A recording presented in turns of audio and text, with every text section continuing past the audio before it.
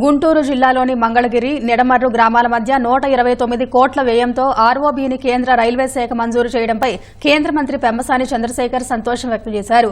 ఉగాది పండుగకు ముందు గుంటూరు పార్లమెంట్ ప్రజలకు షడ్రసోపేతమైన శుభవార్త చెప్పడం ఆనందంగా ఉందన్నారు. ఆర్ఓబీ నిర్మాణ వ్యయాన్ని పూర్తిగా కేంద్రమే భరిస్తుందని తెలిపారు.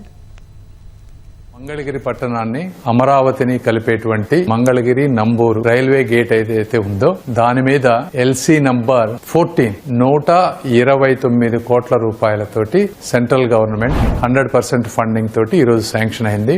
ఈ బ్రిడ్జి చాలా ఇంపార్టెంట్. ఎందుకంటే ఒకటి, రేపు అమరావతిలో కొన్ని వేల కోట్ల రూపాయల వర్క్స్ జరగబోతా ఉన్నాయి.